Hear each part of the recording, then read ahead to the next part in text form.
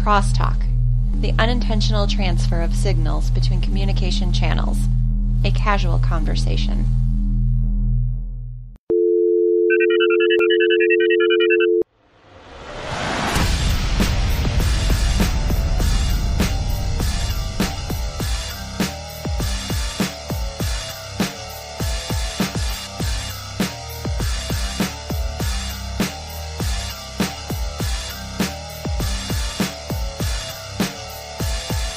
Hello world, this is Videogame Crosstalk episode 035, the monthly podcast of gamers talking about tech, science, and whatever else comes to mind.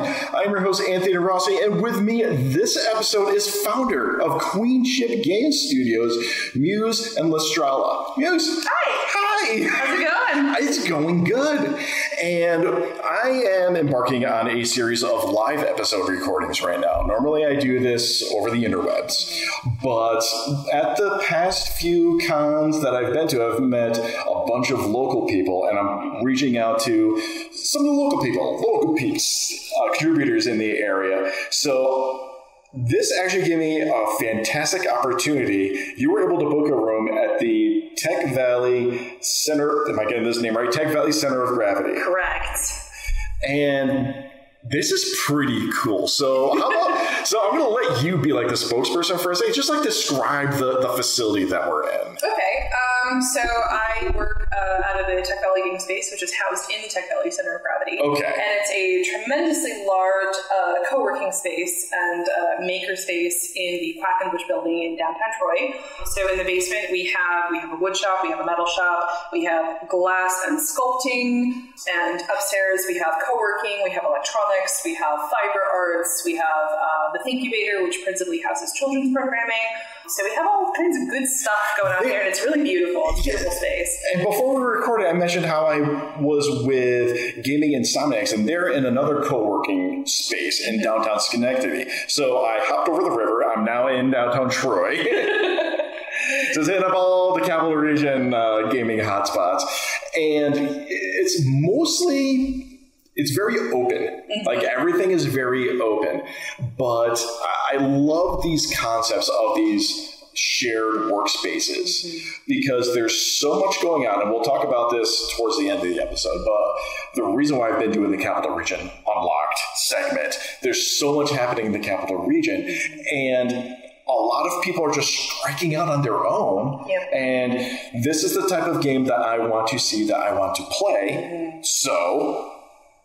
gosh darn it, I'm going to make Let's it. do it, yeah, absolutely. So how you been? I've been good. I've been extremely busy, as you might imagine, between, Queenship and, my other musical pursuits. And I'm also, I'm heading back to school in like 3 weeks to finish a vocal performance degree at UAlbany. Fabulous. So, and I feel like the process of re-enrolling in school is like... it's a whole journey in and of itself because of the paperwork and the emails and the phone calls. It's just a mess. So much paperwork. Yeah. Oh, so much. So very much. So very much. So, what is this? Bachelor's? It's for my bachelor's. For bachelor's, okay. I began my collegiate journey in 2000, and I'm kind of ready to at least start the process of being done. I do plan to do a master's degree in performance eventually, but for now, I got 13 classes left, so I'm just trying to knock it out. Yeah, do it. I have another friend who is going back to school. I do not believe he's going full time, but he's been going part-time for several years, and he never made that immediate jump to college. He got his life situated and figured out first, and it's been rough, but I gotta hand it to the guy. He's been doing 1 or 2 classes a semester, been doing the summer classes. Yeah. Oh, it's blessings upon you for going through. Just the whole college. I'm happy I did it when I did. I personally was not mature enough for college. Admittedly, same. I wasn't ready, and I was made to go. I was made to go, and it was a mistake. I shouldn't have listened. It really was. I've had to explain that little hiccup in my academic history at a few... Story of my life. Yeah, right? I've had to explain that a few times, but luckily it's like, okay, so in high school I had a job, I was on the track team, I was in the band, I was doing tech competitions, I was doing the musical and all that good stuff. I went to college. Yep. Don't have a job, not on the track team, not doing any performance. It happens. Yeah. It happens. It does. Okay. So let's just jump into that then. What is going on? We'll start with Queenship Game Studio. What's going on with that? Well, there's a bit of a story here. Excellent. We've got time. Right. So, as you know, Yes. I run a classical ensemble called Geek Musica, and we specialize in the performance of video game and film music. Oh. So I've been doing that for almost 4 years now. And during my time with Geek Musica, I realized that I really loved the idea of composing for video games. So eventually I discovered the Tech Valley game space, and they do all kinds of neat game-making events, most notably Game Jam. And this is what happens when you keep telling your computer, no, install updates later. Eventually, it'll just take matters into its own hands in the most inopportune times. And we're back. Unfortunately, my computer decided to just crash on me in the middle of that. But we were, thank you, Audacity, for recovering the entire file, so all is not lost. And we left off, you decided that you wanted to get into video game music composing and that the Tech Valley Game Space does some game jams. So tell me about the game jams. Right. So a game jam is an event where you create a working prototype of a video game in a set amount of time, typically a weekend. Okay. So to date, I've done 4 Ludum Dare game jams. Oh, wow. And Ludum Dare is like a global community of people who do this sort of thing pretty much as often as events are hosted. So you create a working prototype, you submit it, and then you go around and you play and you rate other people's games, and they do the same for you, and then at the end of the play/rate period, there's a scoring. Okay. So I'm getting ahead of myself a little bit. So my first game jam was just an incredibly good time. Like, I didn't know anybody here, but I showed up and I was like, hey, I really want to do video game composition, and nobody laughed. Nobody said, oh, that's really silly. Like, oh, cool, come on in. Because you're with your people. Exactly. So, the first day I wrote a ton of music for the game that I was working on. And I went away thinking, I could so get used to doing this 8 hours a day because this is my jam. That ain't a bad deal. No, absolutely not. So I just kept doing them. And then during a later game jam, I want to say it was last fall.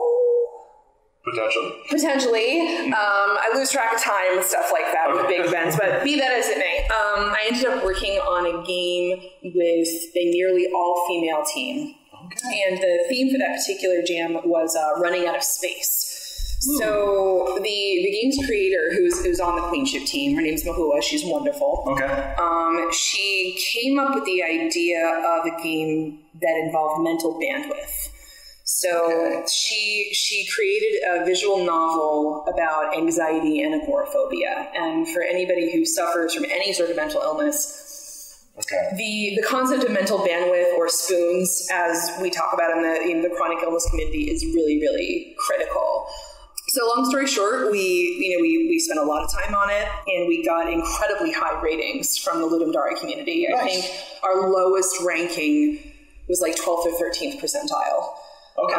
So we did really, really well, and we got some very meaningful feedback from members of the community who either were sufferers, new sufferers, or had worked on a game that was similar in theme or style. So it was extraordinarily well received.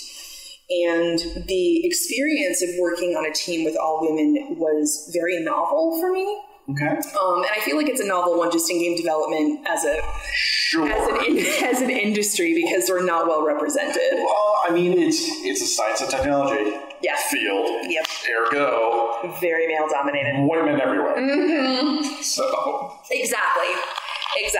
So I suggested to Mahua at some point, I really feel like this should continue development because it was so well received, and we could help people with this.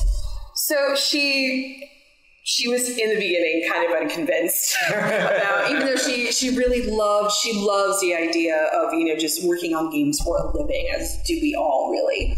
But eventually, I convinced her, Okay. and we had a few other people join our team. Some of whom had also worked on the original prototype. So Tess and Mahua serve as narrative designers for Queenship, and then we have Frederica, who's on staff at the Game Space. She's our programmer. Oh, cool. And then the Game Space did a diversity incubator called Liftoff last year. And we're going into our second annual event coming up this summer. So the idea of the diversity incubator is to provide game development training to underrepresented groups that want to enter game development professionally. So last year we focused on women and non-binary folks, and that's when our illustrator came into the picture, Christina, and she's an amazing artist. She really has brought a beautiful visual aspect to our game. So I was very happy to have worked with her on Liftoff. But it's a wonderful team. We're super communicative with each other. We do weekly meetings and collaboration to work on the ship. So it's just been a really wonderful experience. But I wouldn't have met any of those women without the game jams, without Liftoff, without the Game Space. So I'm getting a little sappy, but I mean, it's very near and dear to my heart. So now that's most of what I do for Queenship. I write all the music, and I do some sound design, and I assist our writers a little bit with narrative and dialogue, and it's great. It's awesome. I love it. All right. This is all great stuff. Yeah. So what is the game? Is there a particular title that you're working on? Yes. Okay. So we have decided to continue development of the original game that we worked on during the Game Jam. It's called Open Spaces. Okay. And it references agoraphobia, which is principally the fear of open or crowded spaces.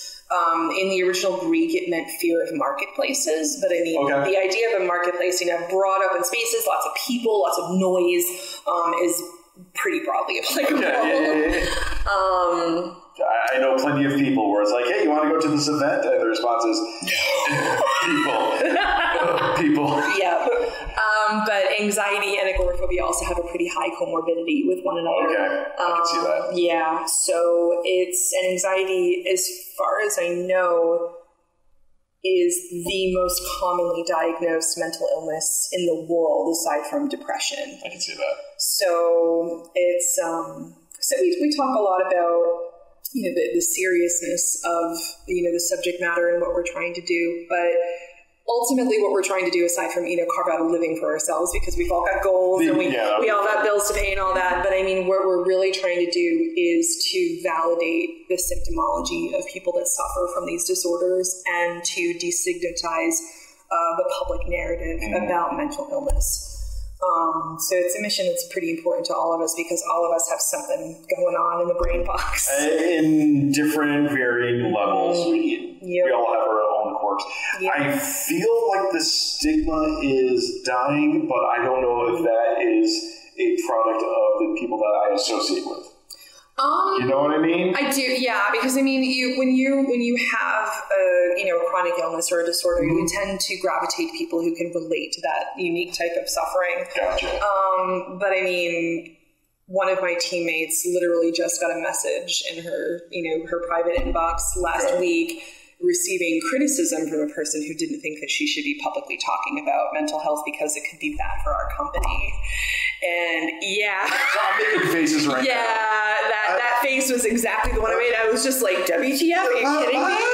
Are you kidding me? Like, we're a company that makes games about mental health. Right, that's like your purpose. Right. Right, but no, so, she was just like, hey, if you have a problem with me talking about this, I'm like, no, you do you. That is your space to talk about whatever you want to talk about. And like, nah, I'm not here for that. No. Absolutely not. Because, I mean, I feel like that person was really missing the point of what we're trying to achieve. Yes. That, us talking about mental health does not make us less capable as developers or business women. It doesn't mean that we're going to produce a less viable or quality product. No. That we are doing this work in spite of our difficulties with mental illness. So it's just like, you are missing the entire point here. That's missing the point. That's missing the point hard. But overall, responses to our concept and the game prototype have been extremely positive. Excellent. So we've had people who have one or both of those disorders play the game and go, wow, this really spoke to me. Okay. We've had people who are neurotypical be like, wow, I know somebody that has these symptoms, / what can I do to help? Those particular people. So we're really reaching a very broad audience with this particular game, which is a thing we hope to continue to do. Okay.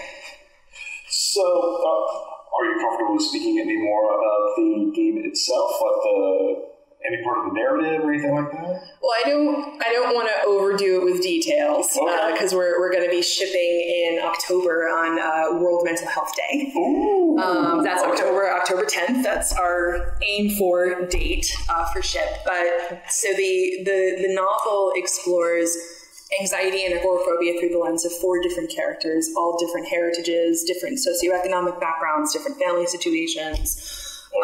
So we're trying to illustrate the fact that these disorders, these illnesses can happen to literally anybody. It doesn't matter how good your life supposedly is and how great your family is. It can happen to anyone.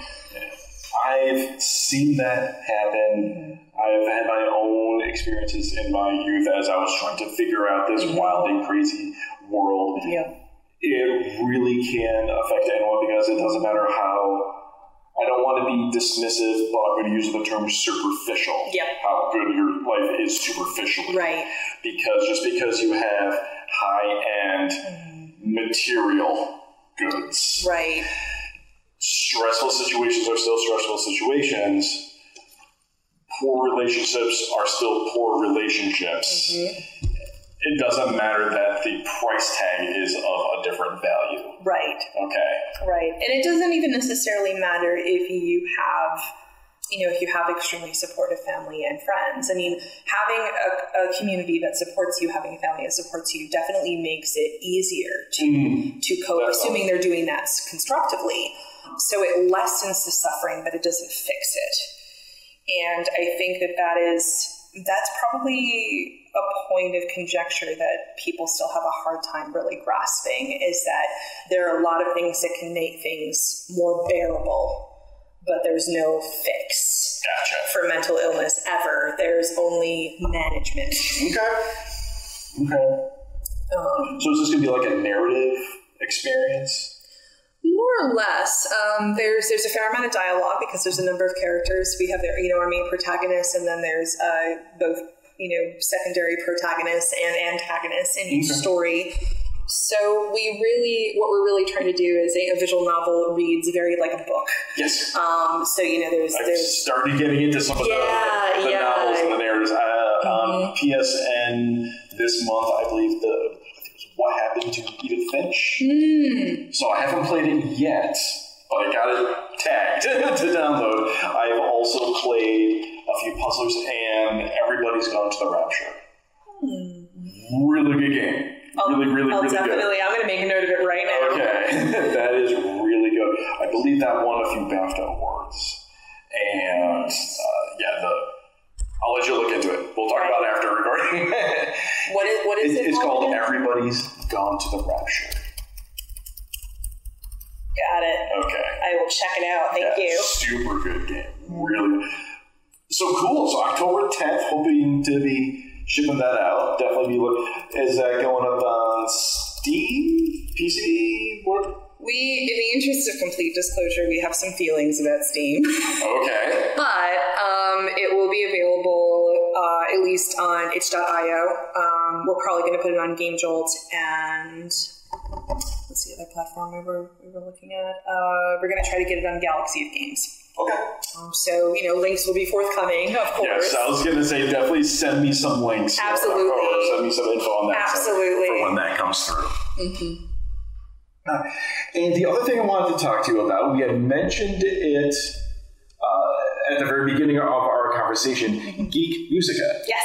Which is the first time I actually met you, like 2 years ago? Yeah. 2 or 3 years ago? I was still starting this podcast up. Yeah. And I think wasn't it at the 8-Bit Bash at the barn? It was the 8-Bit Bash. Bash. I thought that was fun. It was so fun. Yeah, I think some of my other friends had shown interest on Facebook at the event. Excellent. And I saw, I'm like, oh, 8-Bit Bash, that sounds interesting. Let's take a look at that. Sure, I'll say maybe or that I'm going to, whatever I did on Facebook. And I saw one of the posts where you're looking for vendors and people to take up some vendor tables. Like, well, I'm trying to do vendor space at different cons to get the word out for this podcast. Hey, I don't have anything to sell, but I do a video game podcast. Is it cool? Yeah. I was thrilled. Awesome. So that was a good time. So a little bit about that. I'm going to ramble on for a little bit. It's okay. Totally fine.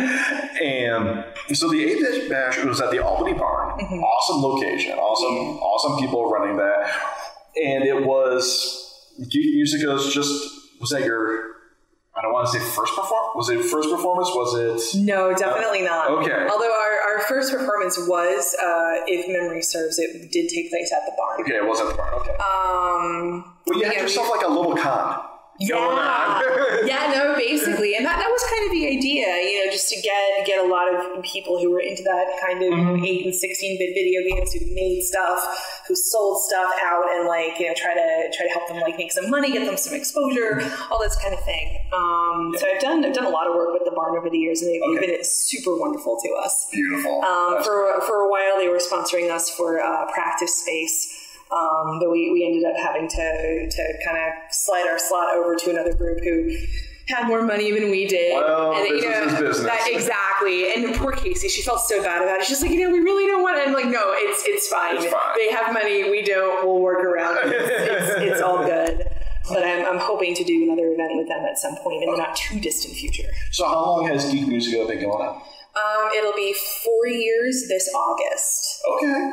So I started it when I was still studying music at SUNY Schenectady, and we've had a lineup change since then. Okay. But we've played a bunch of shows. We're going to be at the Empire Game Expo in July. Oh yes.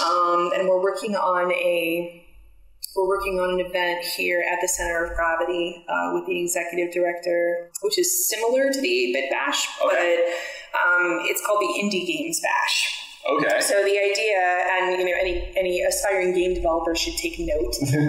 Essentially, it's going to be a juried show of prototypes or existing games from local game developers. So anything that's either in prototype stages ready to demo, or games that have been released in the last year are eligible for submission. Okay. So there's going to be some details going out about that pretty soon, because it's going to be in October. But we're pretty excited about it. So just to have the community come in and see all these awesome games that people locally are working on. So it's going to be fun. I think that Geek Musica will be performing at that particular event. Okay. Nice. So let's talk about Geek Musica itself. When did you start? How did you come up with the idea? Blah, blah, blah. Yeah, no, it's definitely a good story. Okay. So when I was at Schenectady, Dr. Meckley was the chair of the music department, and he has since retired. He was wonderful to me the whole time I was there, but I just kind of waltzed into his office one day, if you'll pardon the pun. Hey. And I said, I'd really love to put on a concert of both, faculty and students performing video game music, because it's just such a beautiful area of music, and I feel like it doesn't get enough appreciation. He's just like, that's a really great idea. Do you have XYZ materials? And I'm like, I have some scores. I could use some help in locating more of them, but I didn't have the format that he was looking for orchestral performance. You know what? This is how we start. Exactly. But he said, but it is a really good idea, and I would like to do it. And if you end up, assembling those materials, please let me know, and I'll help you organize something. Okay. So I didn't wind up having time that particular academic year to really organize in the way that he needed me to. Okay. But the idea of doing it never really left my head. So I started talking to some of my classmates, and I was like, what do you guys think about this? And a lot of people were really enthusiastic about the idea of performing video game music or film music. So I said to myself, why not make it a regular thing? We could, we could go out in the community and perform for people on a regular basis. So I I basically just messaged all the musicians that, that had expressed enthusiasm in the idea. And we ended up with a lineup of originally 4 people, and then we eventually expanded to 6. Okay. A couple of years later. A couple of them have left for other jobs. So just like the music scene. Absolutely. One of them ended up transferring to SUNY Fredonia, where he's studying for a composition degree. I'm super proud of him. Hey. So no, but it's been quite a ride. But it's been very well received by the community. And we actually did wind up getting a DEC grant from the NISCA Fund a couple of years ago. So we didn't really make it around to the application this year because we were all really busy and we were sort of determining what our staff needs were for a while. But we're hoping to get another one next year. Great. Yeah, absolutely. But our mission really was not just to play music that was really fun, but to make classical music much more accessible than it currently is. I wholeheartedly agree with that because gaming music, I recently did a presentation at the Empire State Comic-Con about art in gaming and how gaming has matured to the point where the art within gaming has matured. Right. Basically. Right. And scores these days, and even going back, I mean, as far back as you want to go, as the premise of my talk was, as technology has developed, so has the art that we were able to create. Right. And even like 10 years ago or so, there are full orchestral arrangements. Yeah. In games. And I've listened to a few interviews from like various people, and basically the assumption is more people are consuming classical and orchestral music today than any point in history because all of the gaming and movie soundtracks. But not just that, classical music has become much more accessible via streaming sites like Pandora, Spotify, all of that. But video game music is just kind of its own thing, really. It's not full blown, we're going to the symphony type of music. Not usually, yeah. Some is. But no, so it's background. Yeah. It's pleasant to listen to. It's sometimes very funny. Okay. I'm thinking of some of the music we performed is from World of Warcraft. So I'm a huge nerd about World of Warcraft, and I'm thinking of some of the compositions from the Mists of Pandaria expansion. Some of them are just really, really fun and bouncy and lively, and they make you want to giggle. Yeah. And then there's some that's like really dark and serious, like some of the stuff from Wrath of the Lich King and Burning Crusade, very serious, very dark. So there's this huge range of stuff. And I remember so a few of the pieces that I really enjoyed at the 8-Bit Bash was some of the Final Fantasy III themes. Oh yeah, we get a lot of demand for that. I think it was Terra's theme. Yes. If memory serves. We to date, that is one of our most commonly requested pieces is Terra's theme. Because it's such a great game. It's such a great game. And yes, I'm using the term Final Fantasy III because that's what was on the cartridge when I played it in the 90s. So shut up. I have that argument with people all the time. Well, I mean, technically it's 6, and I'm just like, it was 3 when it was released in the US. It's like, okay. Right. That's what it says. When you load it up on your SNES Classic, it says 3. It says 3. Okay? You go to the retro game shop, it says 3. Deal with it. We are in agreement. Okay. But, yeah. That Final Fantasy, so good. And I made a Pandora station for video game music. Nice. For stuff, like background music for when I'm working on certain things. Yep. And a bunch of those songs from even that era of gaming will come on. And I don't know if I really realized the full range and diversity in the songs. Right. Because even in that one title, you're all over the place. Yeah. As far as styles are concerned. Yeah, styles, instrumentation. It's very broad. It's very, very broad. But yeah, we get a lot of call for just the Final Fantasy franchise in general. So we've done stuff from 3, we've done stuff from 10. I'd like to do some stuff for 12, but it presents some difficulty in arranging because the material from 12 is, it's beautiful, but it's theoretically fairly challenging. Okay. So I'm up to it, but not by myself. Okay. But fortunately, we've just gotten 2 new members to Geek Musica. We've recruited Amanda Lavin, who plays violin. She sings, and she has a master's degree in, I believe, composition. And Nathan Gillespie, who plays piano and he sings tenor. And a few other instruments, and is also studying composition. He's up at Union College right now. So now I don't have to do all the arranging by myself, which means we'll be able to play more concerts. Okay. Because for this whole time, I was the only person who was doing all our arranging. It was a solo task. That's a lot. Yeah. I loved doing it, but sometimes I would just dread how many hours it would take me to finish a particular piece, because some of the music we perform is fairly challenging material. Yeah. Especially like all our stuff from Lord of the Rings and like that. So not always a picnic, Well, and also working with the instrumentations and the musicians that you have, because a little critique, the Skyrim theme didn't work for me. It did not work for me. It did not work for anybody, because it was mostly, we had a large enough group, but we didn't have the right instrumentation. Okay. Really, it needed heavier percussion, it needed more strings, and it needed the vocalists to really make it work, and we just didn't have the voices for it. I feel like that was the linchpin. We just didn't have the voices.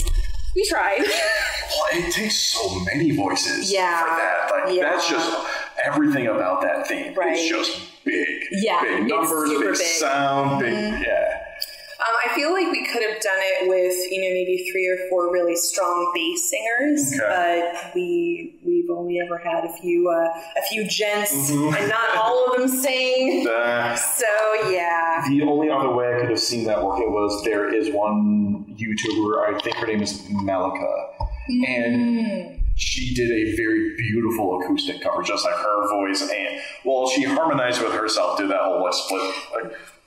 Right. Just like, so hers, I guess I'll say, and her guitar. Yep. So I think maybe if you were to attempt one of those bigger songs, but we're going to do an acoustic version where it's rather than trying to balance out all the instruments, like, nope, this is just going to be this person's and we're just going to do like a voice or 2 and a guitar, and like that's it. Right. I feel like it's easier too if you're recording it, because like layering things like that live is definitely like more difficult. Another project I manage, Siren, it's a dark wave project, and I do everything solo. So I do all the instrumental composition by myself, and then I layer my voice on my voice on my voice. So it's much easier to generate a larger sound than it is with just me live. Right. But we are sort of tossing around the idea of producing an album this year. So hopefully we can tackle some of the larger stuff. But yeah, critique accepted. Okay. Very gratefully accepted.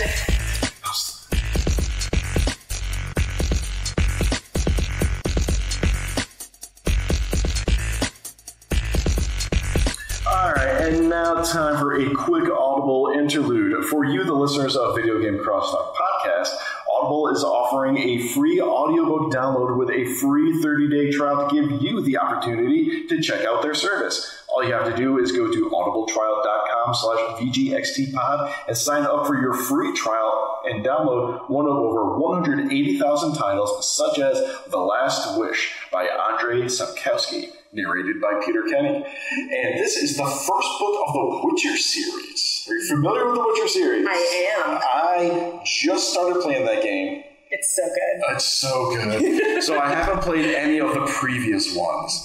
And Witcher 3, like the complete edition, was on a massive discount on PSN. Like, all right, I need to get this. I never played it when it was first out because it came out right as I was finishing Dragon Age Inquisition. And I couldn't dive into another 200 plus hour fantasy RPG. Like, I can't do that right now. I need to cleanse that palate. Relatable. Yeah, right? I mean, I love the game. Absolutely. But that's a big commitment. So I started it up maybe a week or so ago. But then some other shinies came out in Destiny, and I abandoned it again. But I need to, get back. I am playing on Give Me a Story difficulty because time is precious. That's true. I played God of War. Ooh, that's a good one. That's another good one to look into the music for. Also, I played that on Give Me a Story difficulty. And I can definitely see where I was missing out on the experience as far as the combat was concerned. Because I could basically just hack and slash my way through the game. Right.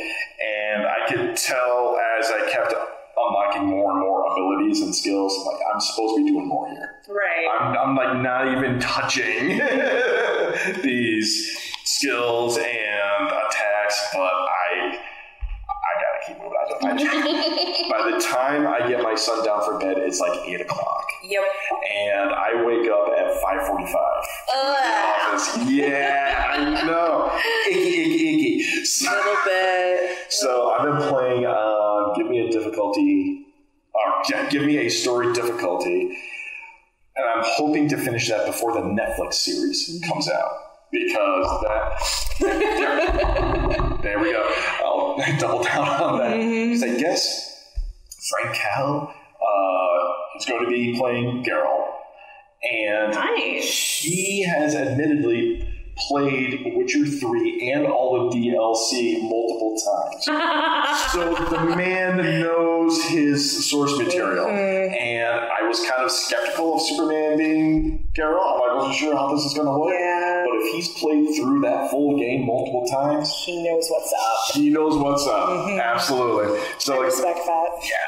So again, that is The Last Wish by Andrei Sapkowski, and just go to audibletrial.com/VGXTpod to start your free trial.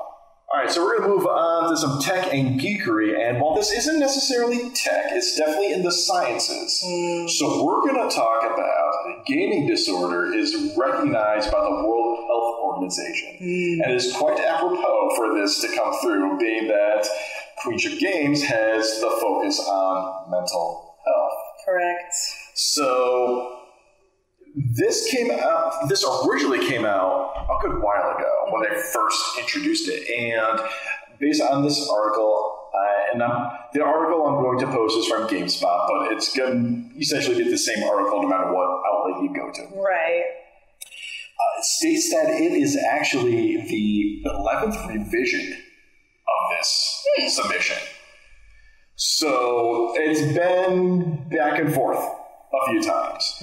And I understand the eye rolling that this has received. It's understandable. I understand I disagree with it. Yeah, I don't respect it. Right. I think it's very easy to make a judgment about gaming addiction if you've never suffered addiction or if you don't game. Because there are people that don't. Sure. But no, it's a very important disorder to talk about. Because, I mean, you can be addicted to games like anything else. Drugs, alcohol, gambling, et cetera, et cetera. So, on a personal level, I have suffered from gaming addiction. Okay. But it was during a time in my life where I had very little to keep me connected to the world around me. Okay. I was living in a city very far away from where I grew up. I had no real friends. I was in a very unhappy relationship, and you add all of that onto a person who's already depressed, who's already anxious, who already has post-traumatic stress. It was just a little too much. Okay. So I really didn't do very much outside of work besides drink and play WoW. And WoW is like the classic one that they usually talk about. To be honest, it's really... I love WoW. Okay. For many, many reasons, but because it is such a large game, there is endless opportunity to explore, to talk to people. There's a tremendous amount of content. And if what you're really trying to do is escape from your own mind, it's a good game for that. It is very good. Yes. I don't necessarily know if Blizzard has really talked a lot about people that are addicted to WoW, because it's still a problem. But it also kind of begs the question of like, well, how can we make spaces for people to talk about like what they're going through? Because addiction isn't just a disorder; it's a symptom of something else. Okay. And addiction, just in general, is extremely common in the mental illness community. From drugs and alcohol to gaming and gambling and sex, literally anything. So obviously it's a little bit difficult for me to talk about because I can strongly relate to it, but I think I would like Queenship to tackle this particular disorder at some point. I don't know what the execution would be, and also it seems like an ironic thing to say we're going to make a game about gaming addiction. That can be done. Another link I will be posting in the show notes is to the Mayo Clinic. And this talks about addiction in general. The title of this article, and actually this was very recent, because they must have updated this, because it's saying updated on, or the date on this article is Sunday, March 10th, 2019. And I know I've referenced this before in the past. So, and they do reference video games in the description, but what this article really states is not any addiction in particular. It's more the symptoms and the traits of addiction as a whole. And I think this is where this would be a good starting point. Absolutely. Because it's not necessarily my kid plays too much Fortnite. Right. Okay. My knee-jerk reaction to that statement is be a parent, turn off the game system. Right. It should have gotten to that point. Right. So be a parent. Absolutely. Yeah, we'll start there. And part of your story as far as escapism is concerned, I've sometimes herald that as like a benefit of gaming, but at the same time, it can help you get through a difficult spot. Yes. But it sounds like people go into the escapism but never come back out. Precisely. Okay. I've been in a number of guilds in WoW over the years, and that honestly, I feel like that was what ultimately brought me out of it. Really? Yeah, it sounds a little bit strange to say so, but the first guild I ever joined was a RP/PvP guild called the Dark Heart of Azeroth. Oh. And I made some very good friends when I was in that guild, some of whom I am still friends with. Okay. And once I felt like I was being listened to when I talked about some of the difficulties I had with living, having people validate what I was going through and having people give me sometimes some very stern advice about the sort of things they felt I should be doing, I was able to get myself to a point where I didn't need that escapism as much, because I was being heard by a community online that I lacked in real life. Okay. And ultimately what wound up happening was, with the support of that community that I connected with, I moved back home. I found a new job. Oh, nice. I returned to my family and my friends, and I was able to stop wanting to just not be living my life. Because my justification, I don't want to say justification because it sounds a little judgmental on myself, but for lack of a better description, my justification for just always being online was, it's better than suicide. I would rather be playing the game and maybe have a possibility at, having a better life later than kill myself. Okay. But there are some really great communities in the game. I run another RP guild now, and all of us have our difficulties. We all support each other. For the non-WoW player, because I'm a filthy casual. Totally fine. RP? Role play. Okay. So I play on Worm Rust Accord, which is a West Coast-based role-play server. So most of the people on that server will form guilds around just interaction with other characters, generating storylines. Interesting. Character-to-character or group-to-group interaction. Okay. And sometimes we'll actually will merge RP with environmental exploration. So we'll go into dungeons, we'll go into zones, and we'll role-play through them. We'll role-play through missions, through dungeon crawls. So all this, it's great. It's super great. Wow. Okay. And it's weirdly enough, becoming a active role player has made me a better writer. I can see that. Yeah, because sure. you basically have to live write a story with other people. Okay. So, as real as gaming addiction is, and as many people as I've known who have been very addicted to certain video games, there are communities that can and will support you through it. Yeah. Like I literally had people say to me, like, you know what, you've been online for like the past 6 hours. Go outside. Hey. You know, I don't want to see you back here until tonight. And I'll be like, all right, I'm gonna go outside. I'll see you later. And if I didn't do what I said, they would yell at me. Well, that's proper support. Exactly. That is proper support. And I'm going to give a quick shout out to One Gaming Community because they're doing great things. It's no secret that I'm a huge fan of Destiny because I talk about it way too much. Destiny is so great. I love it. Yeah. This one community in particular, they actually rebranded themselves a few months ago. They are now called Project Guardians. And they used to be the Sate 14 project. And Sate 14 is like your quintessential Sentinel protector from the Destiny lore. And they are all about promoting mental health, mental wellness. They have, they do a weekly podcast, talk about some gaming news, but they have mental health professionals talking about stuff. They do a deep dive into a character analysis. Yeah, it's really cool. That's amazing. And they have specific chat rooms in their Discord server for people to tell their story.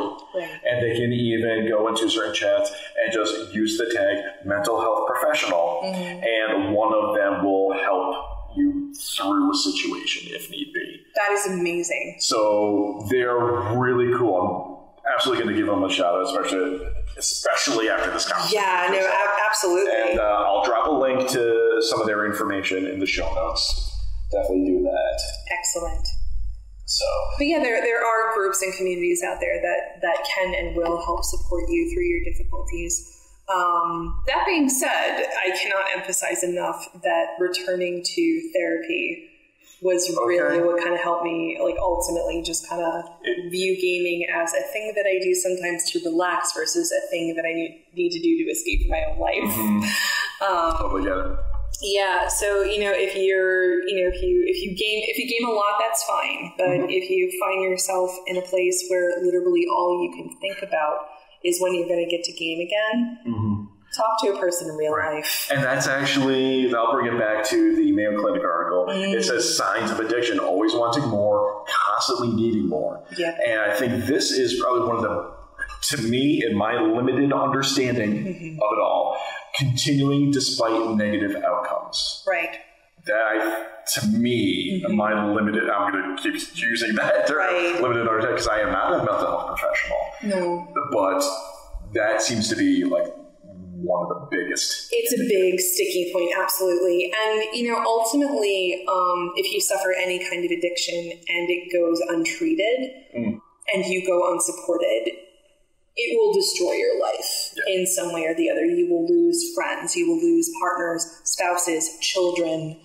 Some really heartbreaking things can happen as a result of addiction. And that's no good. No, absolutely not. For a number of years, I lived with a partner who was an alcoholic, and he got treatment for a little while. And then he stopped, and then that was kind of bad, and we don't really talk very much anymore. Because there's a whole set of harmful behaviors that go along with addiction that won't just hurt you, they'll hurt the people that you care about. But I mean, obviously, if you're going to have treatment for an addiction, you should do it for yourself. Yes. But it's important to recognize also that, like, your addiction will hurt people. My addiction hurt people. So, getting a little serious up in here, We're about to a happier time. Yeah, absolutely. But it's is definitely something that I wanted to talk about because it is an important topic, and don't roll your eyes, it is a thing. I speak it to the microphone now. So we have time for one more article, and E3 is coming. Everyone's talking about it. My listeners probably have better sources of information than what I'm going to give you because I'm a working dad. I don't have time to really invest in like the deep dive on every single game. I know Sony's not going to be there, and they've just been doing some of their... Yeah, Sony's not being there. Shocking. They've done a state of play, and I guess as of today, they released another trailer for Death Stranding, which I still have no idea what it's about. It sounds fun. Yeah. But one thing that I saw that piqued my interest was Netflix is going to be there. That's amazing. I'm like, what? So they're going to be there, and I'm going to open up this article. Basically, more and more video game series are being produced as like Netflix originals. So we've already had Castlevania. Yeah. So good. And the first season was only season. I'm going to throw up the air quotes right there. 4 episodes. I was talking to, that was back when I had Ash Lyons on, and we were joking about how like we got our fat pants on, we got a bowl of nachos next to us, we're ready to do this, and it's over. Sad face. Yeah. So in this article, this is with PC Gamer that I've got, and the header image is. If you are a gamer of a certain age, which I think we both are, that style should be familiar. Definitely. that 3/4 view, 16-bit little dungeon crawler type thing. So that'll be fun. But so they've had Castlevania. We just talked about how they're going to be bringing The Witcher as a series. I've seen other series of Legend of Zelda is in production. Oh, is it? That's official now? Now I'm hesitating. But there's been discussion of it. That's encouraging. But the truth of the matter is, Netflix, of all companies, is going to be at E3. I guess they're going to have announcements. A while back, I got a joke with some friends about this. I said, hey, I covered it first. I covered it earlier. As far as Bandersnatch episode, how you're able to choose your own adventure in Netflix. Netflix has already done that previously with Puss in Boots and some other kids show. Yes. So where you're able to like hit left or right and Puss eats pizza or crackers. It's like a kid show thing, so it's like super non-intrusive. But the fact that like they've started with a simple kid show, so that's like your proof of concept, basically, and then move on to some more serious topics and narratives. So, are they going to be bringing more of those choose your own adventure episodes? Do they have some other series that they're looking for? Any thoughts on this? I haven't really heard anything besides the shows that you just mentioned. But as a huge Legend of Zelda fan, I am still really hoping for a well-executed series. Yeah. They could do it. Absolutely, they could. They absolutely could. I just saw that apparently there's going to be a game based on Stranger Things now too, and that's just fantastic because I love Stranger Things. The new season's coming. When's the new season coming out? I should know this before talking. But yeah, it's definitely coming out soon. Yeah. I want to say by the fall. Yes. If memory serves. So yeah, they're bringing and that's what that top header image is. So yeah, Netflix is so great. They do so much good stuff. I know. So something that I don't know if I'm necessarily comfortable with is months ago, my wife and I, we finally have our own separate Netflix accounts. Why though? Because we share we share our wife's account with many other people, so the suggested Netflix is just a mess. Yep. And I finally just, like, I want my own. Yep. Because we have certain nieces who share, we have certain friends who share, Yep. and it's all over the place. It's just a mess. So, made my own. Mm-hmm. I have Count Olaf as my avatar. That's fantastic. It's so good. If you haven't watched Lemony Snicket's series on Netflix, do yourself a favor and watch it. It is so overproduced and so ridiculous that it bends back on itself. It's super ridiculous. And becomes fabulous again. Mm-hmm. But I'm looking at all the suggested, and everything's super dark sci-fi and fantasy. Like, everything is super dark. Mm-hmm. I don't like what Netflix is telling me about myself, but that looks like an awesome series. That looks like an awesome movie.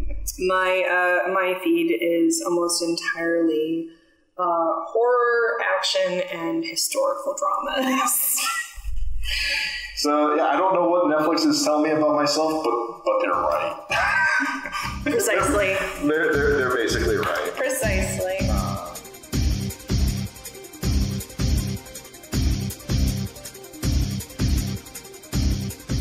And I lied. We have time for one more quick discussion, because I am not going to complete this episode without talking about Capital Region Unlocked.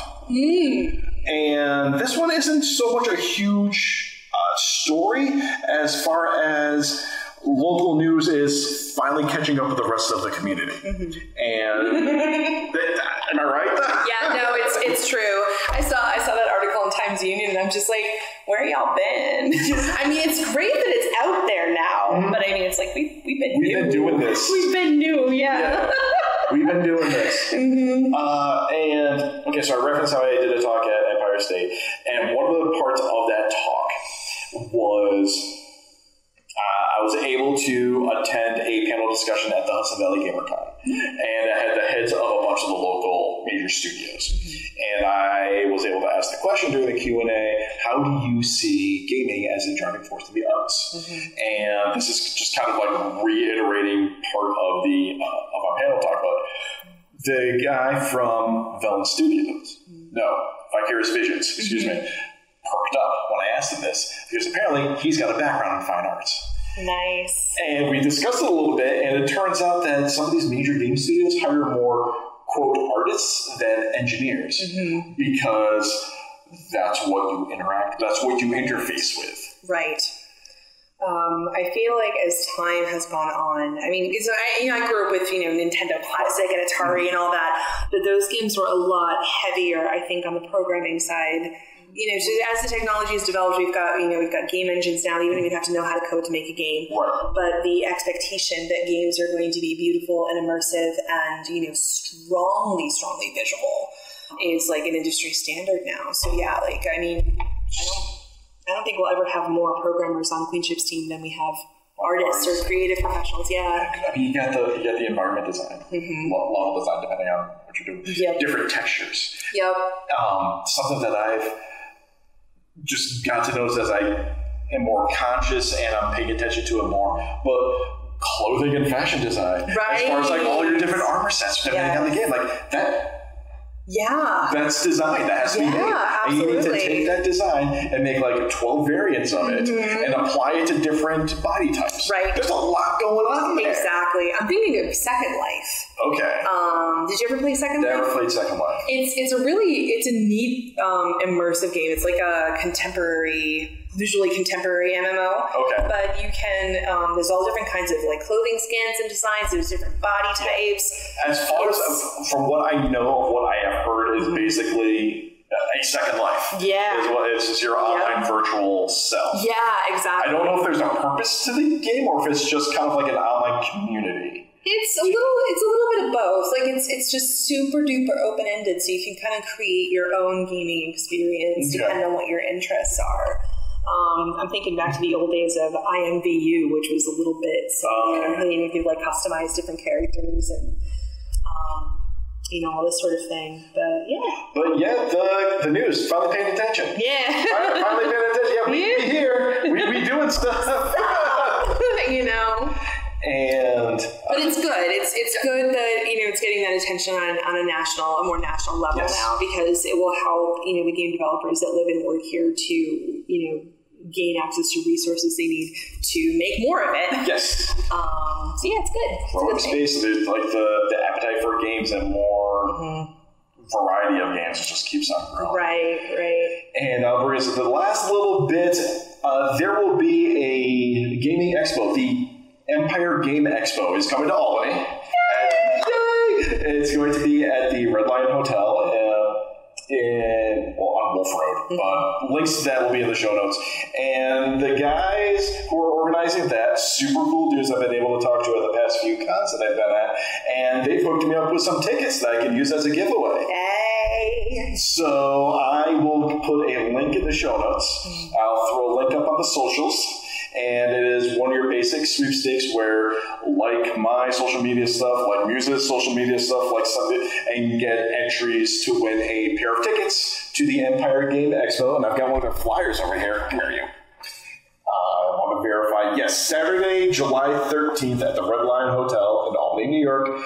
Empire Game Expo. I will absolutely be there. Same. Geek Musica will be there. Yes, we doing will. a live performance. Yes, we will. And you'll be having a booth? Yes. We are about a third of the way through production on Open Spaces right now. So we will have a much more fleshed out prototype for people to test. So hopefully you'll come and see us play. Awesome. And definitely stop by the Queenship booth if you want to play test our game and let us know what you think. All right.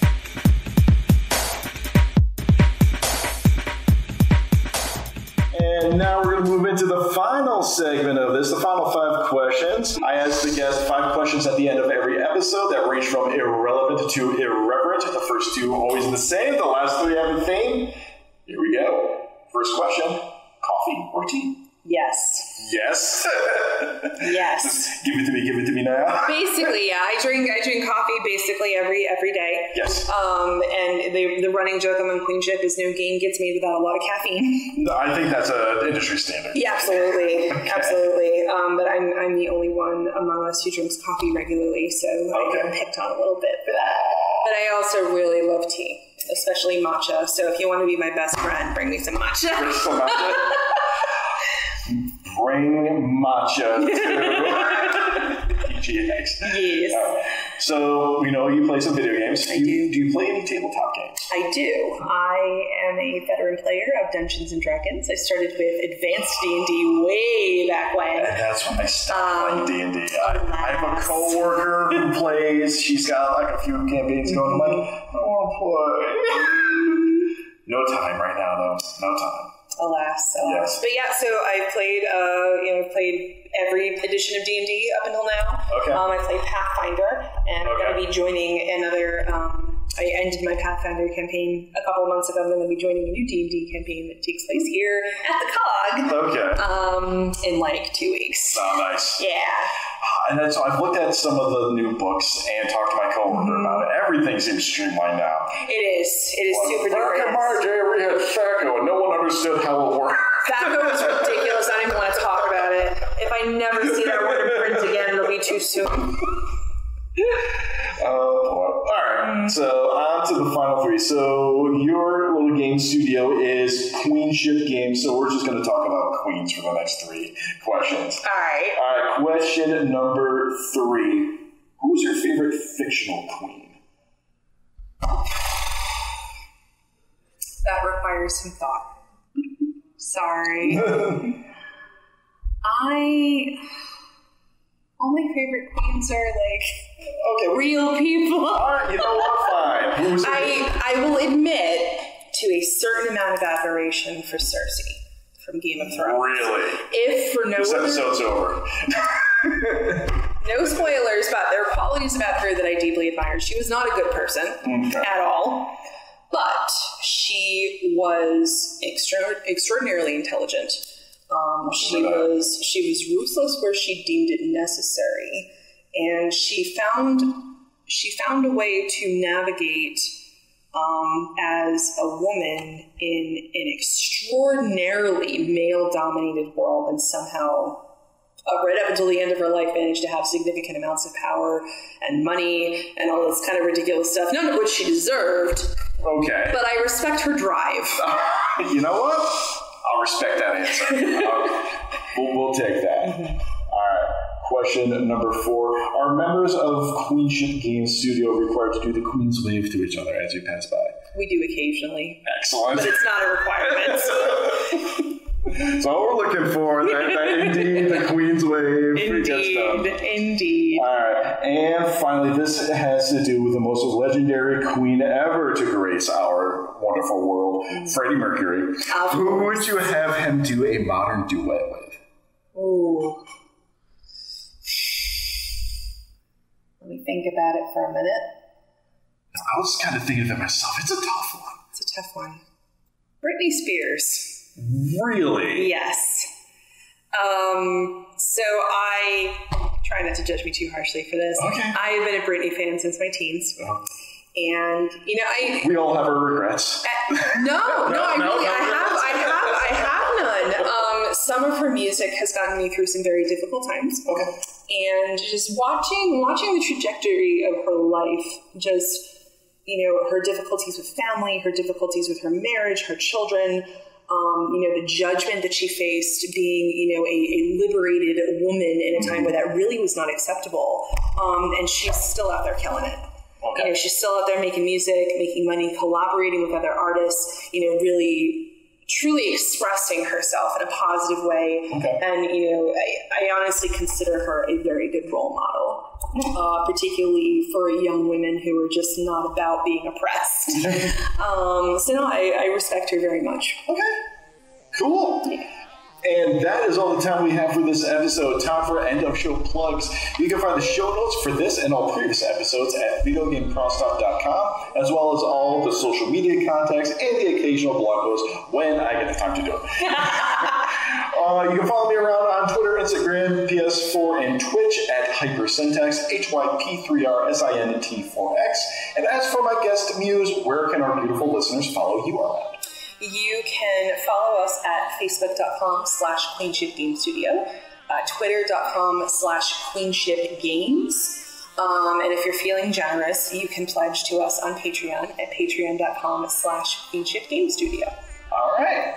And if you are a gamer or know a gamer that wants to talk some tech and science news, let me know. Do you know some tech news that you'd like to hear discussed? Do you have any other general questions you'd like to hear answered on the show? Send an email to videogamecrosstalk@gmail.com or tweet at the show using the hashtag AskVGXT and give me the deets on what's going down. Please don't forget to like, review, subscribe, and share this podcast all over your social media networks, and we can be found on iTunes, Stitcher, Google Play, and pretty much every other podcast network.